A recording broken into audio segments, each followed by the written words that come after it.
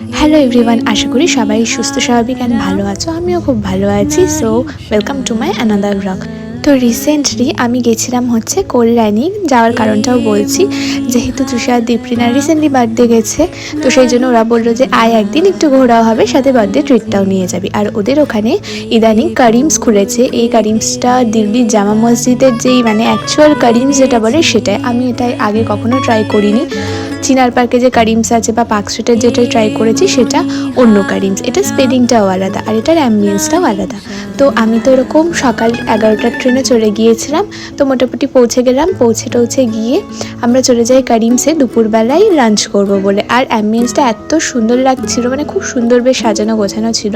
তো আমরা ওখানে গিয়েই তো বসে আগে পড়ি যে আগে মেনুটা সিলেক্ট করে অর্ডারটা দিয়ে দিই, তারপরে আমাদের ফটো সেশন শুরু হবে আর কি। তো মোটামুটি ওদের মেনু ভালোই ছিল, কিন্তু যেটা আমরা চাইছিলাম সেটাই বলে অ্যাভেলেবেল নেই ম্যাম। মানে কি যাতা অবস্থা।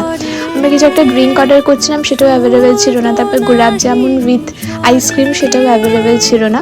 তো এখানে ওদের কারিম স্পেশাল ভার্জিন মোহিতো অর্ডার দিয়েছিলাম, তার সাথে মশালা কোক। আর এটা কিছু একটা মাটনের ছিল, মাটন বুড়া বা সামথিং এরকম ছিল, আমি ভুলেও গেছি কি নাম ছিল। বাট মাটনটা না একটু হার্ড টাইপের, মানে আরেকটু মনে হয় তন্দুরি হলে ভালো হতো। বাট টেস্টটা মোরাললেস ভালোই লেগেছে।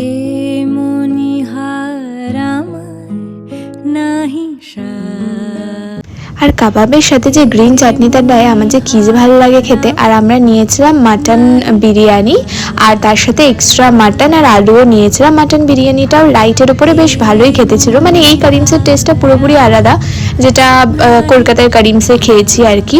মানে দিল্লির টেস্ট পুরোপুরি আলাদা। এটা একটু মানে কম মশলাদার, কম কি বলবো, একদমই লাইট ছিল। মানে খেলে বোঝাই গেল না যে বিরিয়ানি খেয়েছি সেদিন। বাট মোরালেস ভালোই খেতে লেগেছে। তারপরে আমরা ফটো টটো তুলে নিই আর দেখি ওয়াশরুমের এখানে কি সুন্দর লাইটিং। আর উপরের ওই স্যান্ডেলিয়ারটা দেখো কি প্রিটি লাগছিল, মানে খুব সুন্দর সাজানো ছিল, একটু অন্যরকম। তো আমরা এখানে কিছু টুকটাক ভিডিও করছিলাম, ফটো তুলছিলাম।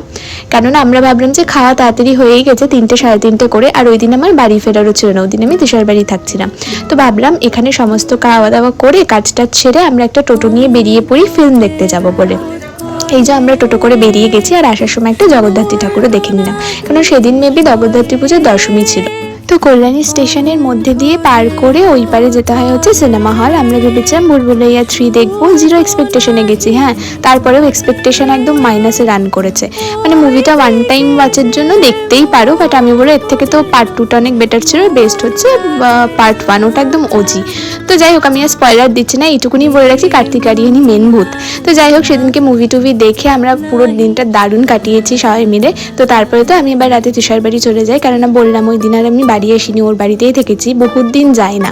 তো সেই জন্য আর কি সময় পেয়ে চলে গেছিলাম। তো ব্যাস এভাবে ওই দিনটা বেশ মজা করেই কাটলো। নেক্সট দিন আর আমি ভিডিও করতেই ভুলে গেছি। মানে আমরা এত গল্পে ব্যস্ত হয়ে যাই না, সবাই একসাথে থাকলে ভিডিও করতেই ভুলে যাই। তো যাই হোক, ভিডিওটা ভালো লাগলে ফলো করো আর লাইক আর কমেন্ট করো। চলো টাটা, আসছি নেক্সট কোনো ভিডিওতে।